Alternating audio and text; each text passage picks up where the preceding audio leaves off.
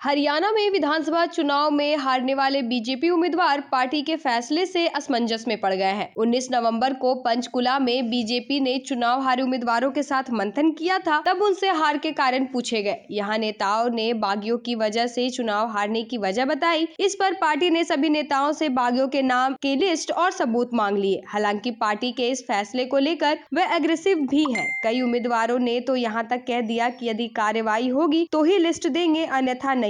कई ने यह भी कहा कि लोकसभा चुनाव में भी पार्टी के कई नेताओं ने उम्मीदवारों को हराने का काम किया है, लेकिन उनके खिलाफ अब तक कोई कार्रवाई नहीं की गई। इस पर पार्टी के नेताओं ने कहा कि यदि सबूत के साथ लिस्ट दी जाती है तो उसमें बागी नेताओं की संलिप्तता पाई जाती है तो जरूर कार्रवाई की जाएगी। पार्टी सूत्रों के मुताबिक बैठक में हिसार से चुनाव हारे डॉक्टर कमल गुप्ता के तेवर बेहद तल्ख थे। गुप्ता ने कहा कि उनके चुनाव में काम करने वाली पार्टी के कई नेताओं ने निर्दलीय उम्मीदवार का साथ दिया। कई ऐसे नेता थे जो दिखावे के तौर पर मेरे साथ नजर आते थे, लेकिन अंदरूनी तौर से वह दूसरों के लिए काम कर रहे थे। गुप्ता ने पार्टी नेताओं से कहा कि यदि उनके साथ ऐसा ही करना था तो फिर टिकट क्यों दिया।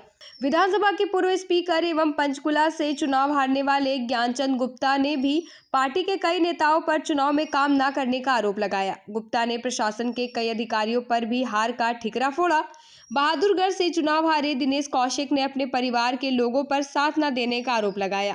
पूर्व कैबिनेट मंत्री कंवर पाल गुर्जर ने कहा कि चुनाव में उन्हें पार्टी के लोगों का पूरा साथ मिला, वह किसी के खिलाफ नहीं है। कई उम्मीदवारों ने कांग्रेस की हवा को हार का कारण बताया। कई उम्मीदवारों ने कहा कि चुनाव अच्छा लड़ा, लेकिन कांग्रेस की हवा से हार मिली।